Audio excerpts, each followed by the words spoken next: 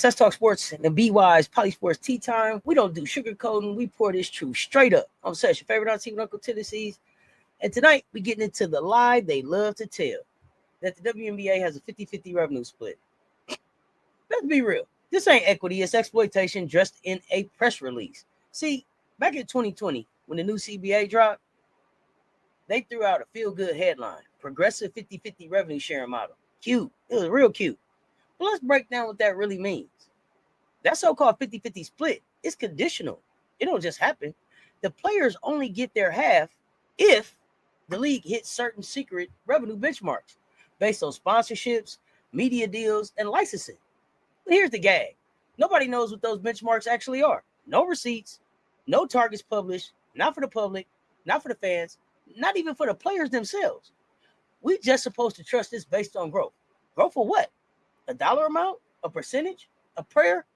Nah, y'all not going to gaslight us with vague language and call it a victory. Let's talk numbers. The W just cleared $200 million in revenue last season.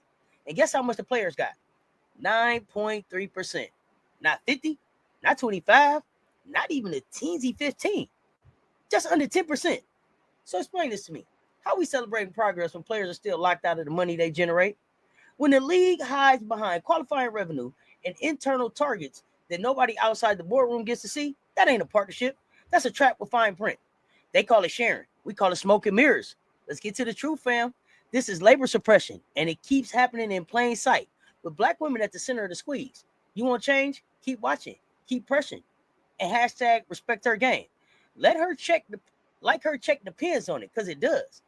Stay tuned. Stay loud. Stay in the fight. Yep. Let's call this what it is. Conditional capitalism disguised as progress. I'm Political Lil, and what the WNBA is doing isn't new. It's a loophole in labor equity that's dressed up as empowerment. You can't claim 50-50 sharing when 90% of the money never reaches the women who generate the value, especially not when the workforce is overwhelmingly black, putting their bodies and brands on the line to grow the game. This revenue sharing clause is more like a dangling carrot with no ladder to reach it. You can't hit a target you're not even allowed to see. And then there's the LMAs. You know, that league marketing agreement, which the league uses to sweeten the pot. But again, that's discretionary. Some players get up to $250,000 for staying in the U.S. and doing brand work, while others, equally talented, but maybe not as media polished, they don't get nothing. That's not equity. That's favoritism in a wig. If you don't disclose the benchmarks and you don't publish the league's books, then let's be real. This is modern day sharecropping. This is a modern day sharecropping arrangement. Players are producing profit, but the owners control the math. And the fans, we're expected to cheer for growth while ignoring the exploitation behind the scenes. That's why we're here, to wake the people up. All right, fam, let's pull out the damn receipts, because we're not doing vibes and spin. We're doing facts. In 2024, the WNBA raked in $200 million in real revenue, not projections, not potential growth, straight up dollars in the bank. How much of that bag went to the players actually making the league move? I told y'all, just 9.3%. Yeah, you heard right. That's $18.6 million split across the entire league. 144 players, 12 teams. Every dunk, assist, jersey sale, buzzer beater, packed arena. These women built the product, and they walking away with crumbs while execs toast champagne to grow. That ain't equity. That's economic exploitation in heels and hashtags. Now let's really put it in perspective. The NBA, same country, same sport, cuts their players in on 49 to 51% of basketball-related income. And they don't just say it, they show it. Audited books, transparent definitions. You know exactly what counts as income and where the money flows. That's called a real partnership. Compare that to what the W doing, flexing on record ratings, sold out merch, billion-dollar media hype, and new sponsors every week. While the players who made that success possible are still stuck under 10% of the pot. And let's be clear, these aren't just any players. This league is majority black women. So when you see those numbers, understand what you're really looking at. Profit being pulled off the backs of black women athletes under the disguise of progress. Fam, that's not shared success. That's a system built to undervalue and underpay while parading around like it's empowerment. We see the playbook and we flipping the page. And let's be even clearer. This is more than a money issue. This is about labor justice, about black women carrying the league and being rewarded with crumbs. You cannot celebrate the growth of the league, Angel Reese selling out of arenas, Aja Wilson dominating, Caitlin Clark driving up licensing revenue, and then turn around and say, you'll hit your target next year. That's not a growth model. It's a debt trap in Spandex. It says, work harder, grow the game, but you still can't eat at the same table. That 9.3% isn't just a bad number. It's a message. It says you are the product, but not the partner. And in a league where the majority of athletes are black women who have historically have been the backbone of the labor and the face of exploitation, this model is giving plantation math with a corporate logo. We need to stop calling this a CBA. This is an NBA overseeing, owner favoring profit filter. And without transparency, auditing rights, and collective power, we will continue to celebrate symbolic gains while ignoring the economic foundation that still treat these women like second-class athletes. Let's go ahead and pull the curtain back on something that gets sold as a blessing. But in reality, it's just another gatekeeping tool wrapped in glitter. We're talking LMAs, League Marketing Agreements. Now, on paper, LMAs look like a win, up to $250,000 in off-season income for players to represent the league in official marketing campaigns. Sounds like progress, right? But here's the real. They're not guaranteed. They're not collectively bargained. They're not earned through stats, leadership, or community impact. They're discretionary, which means the league picks who eats and who don't. Let's call it what it is. Internal favoritism, performance politics, a popularity contest dressed up like equity. So who gets the call? The one the league deems marketable, the ones who already got that media machine behind them, and who keeps getting skipped over.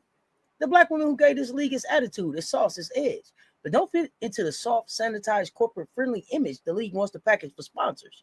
What you end up with is a two-class system inside a single league. A small crew with six-figure LMAs, everybody else grinding on base salaries around $70,000. Still doing the heavy lifting, hooping, promoting, showing up for the culture without the same financial reward. This ain't empowerment. It's not equity. It's selective visibility disguised as opportunity. So next time they flash them promo deals or pretend it's growth, ask yourself, who's being seen, who's being paid, and who's still being played? Exactly, Auntie Cess. LMAs were supposed to keep players from going overseas in the offseason. But let's call it what it is, a loyalty test for selected faces.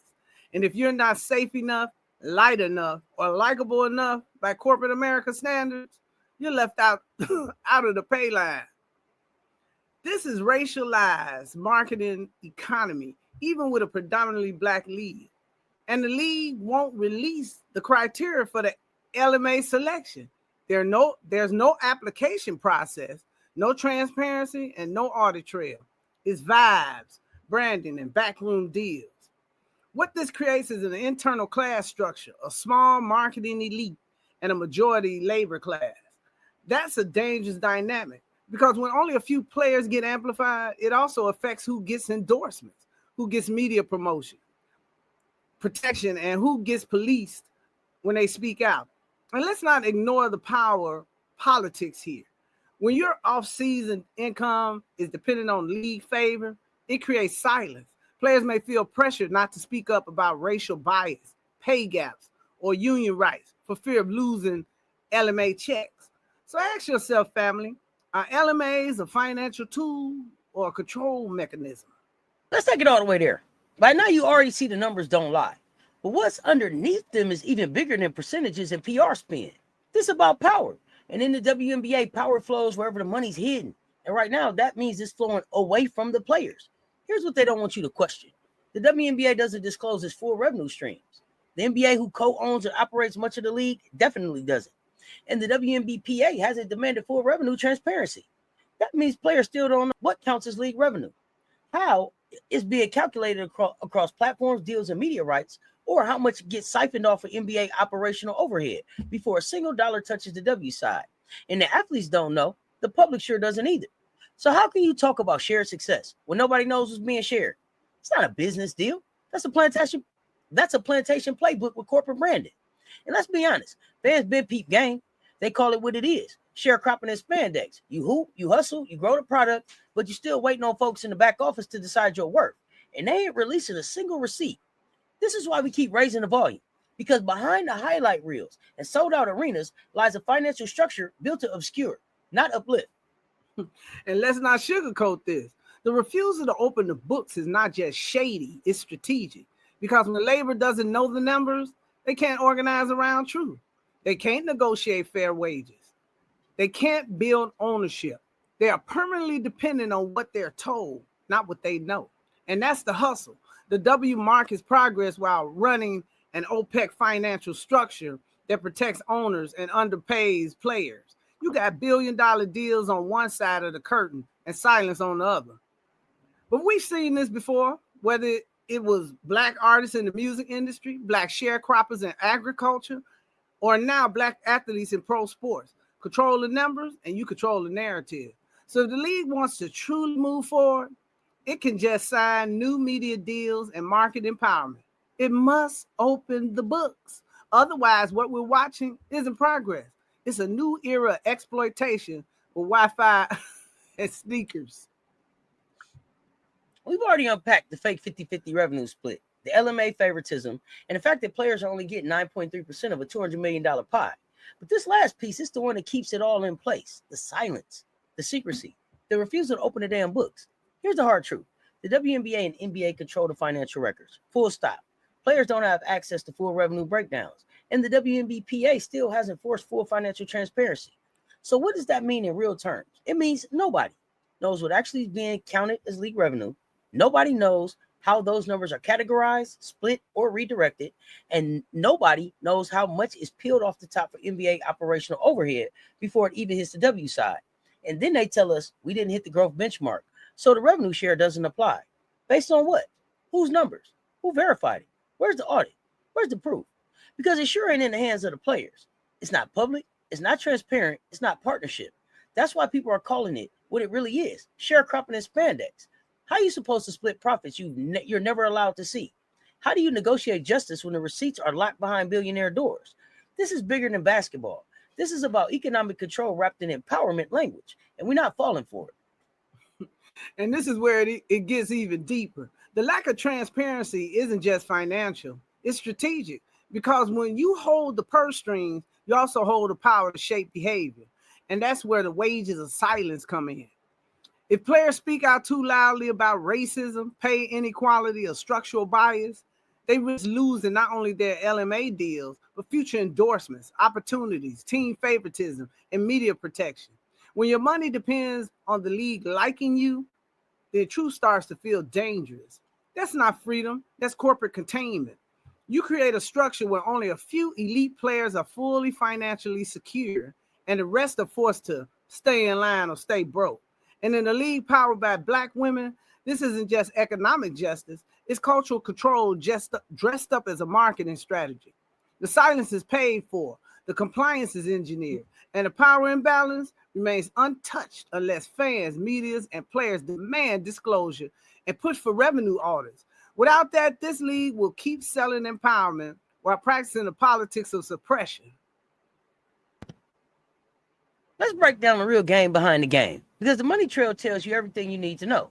According to a July 24, 2025 report from The Athletic, WNBA players received just 9% of the league's $200 million in 2024 revenue. Yeah, 9%. That revenue didn't fall from the sky. It came from three main sources: media rights, ticket sales, merchandise. And here's the kicker. In 2024, the league posted massive growth across the board. Viewership up 23%, attendance up 26%, merch sales up 40%. But the women who drove all of that, who are the product, still locked into a rigged system capped by a 3% hard ceiling on how much money can actually flow back to them. And it gets worse.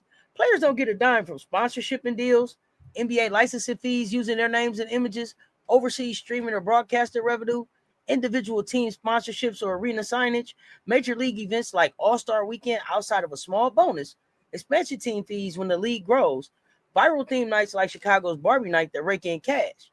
That's millions being generated with their likeness, with their labor, and without their consent to exclusion. The current CBA was marketed as a step toward fairness. Players were supposed to eventually receive 20 to 25% of league revenue. with long-term goal being a 50-50 split like the NBA. But the reality, that split never happened. The numbers show it's not even close. And the league hasn't shown the receipts to prove otherwise. So the players said what had to be said. We're done. They've exercised their option to opt out of the current CBA because they're tired. Tired of being told to be grateful for crumbs while they bake the whole damn cake. Exactly, Auntie. And let's call it what it is: economic discrimination. The NBA split is simple. Players get 50% for salaries and benefits, and owners take the other 50% to handle expenses, investments, and profits. But the WNBA, they're just pulling in 90% of the revenue. And we believe that's because the league is using money that should go to the players, possibly as much as another 16% of the revenue, to pay back that $75 million hedge fund investment. That's a league expense, not the player's responsibility. Kelsey Plum said it perfectly at the All-Star CBA meeting. We want a piece of the entire pie, not just piece of part of the pie. That's at the heart of the fight. At Cess Talk Sports and BEWISE PoliSports Tea Time, we stand with these women because this isn't just about contracts. It's about justice. When the league grows off the back of its players but refuses to share the rewards, that's not just bad business.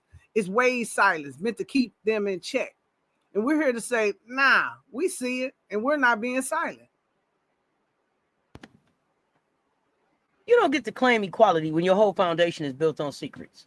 You don't get to call it partnership when one side controls the math, the mic, and the money. If the WNBA really wants to be a blueprint for progress, open the books. Because until that happens, we're calling it exactly how we see it. Here at Cess Talk Sports, BEWISE PoliSports Tea Time, we don't equate silence with safety. And we damn sure don't mistake compliance for liberation. And if they still ain't listening, then this next CBA fight, it's about to get louder, bolder, and sharper. Because history already told us, when Black women lead the charge for economic justice, they don't flinch and they don't fold. Now let's land this. We broke down the myth of 50-50 revenue sharing, a headline with no spine. We exposed how players only saw 9.3% of $200 million bag in 2024. We dug into how LMAs are used to divide players into a favorite few and an overlooked majority. And we put the spotlight on the root issue. No transparency, no accountability, no real power. This ain't just about numbers. This is about justice. It's about respect. It's about dignity for the women who built this league from the ground up. Women who are overwhelmingly Black and have been expected to give everything while getting the bare minimum in return. And like Kelsey Plum said at the All-Star CBA meeting, we want a piece of the entire pie, not a piece of part of the pie. Say that again and again and again until the system shifts. Think about that. When the last time you went to the restaurant and said, you know what? Let me get a piece of a part of that pie. Instead of a piece of the pie, I want a piece of the pie, not a piece of the part of the pie. Think about that, y'all. Because we're not just watching the game, we're watching the system behind it. And we won't stop until equity is real, not just branded.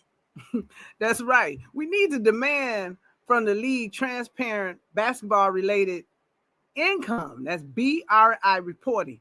No more secrets, no more closed books. We need players to be recognized as partners, not exploited labor. And fans, you have power too. The game isn't just what happens on the court. It's about the people who make it possible. It's about fairness off the court too. If you believe in the game, then you better stand with the labor that makes it possible. The ones building the brand, elevating the culture, driving the growth, while getting locked out the profit. So here's the move. WNBPA, demand full financial transparency. Fans, ask the hard questions. League, stop selling growth and start showing receipts. Because at Cess Talk Sports, BEWISE PoliSports Tea Time, we don't hype up illusions. We ride for accountability, power, and truth. Now tap in. Join the Respect Her advocacy group. Use hashtag Respect Her Game to spread the truth. Like, comment, share, and subscribe. But most important, organize and act. Go to www.respecthergame.online. Drop your email. Lock in. This is where the movement lives, where updates, campaigns, and petitions drop first. We're not waiting for permission. We're building leverage. We're putting pressure on every level of the system until change happens, with the players at the center. This ain't about watching the game. It's about changing the rules. This is Cess Talk Sports, BEWISE PoliSports Tea Time, and this was CBA Reckoning, Race, Labor, and Power in the WNBA.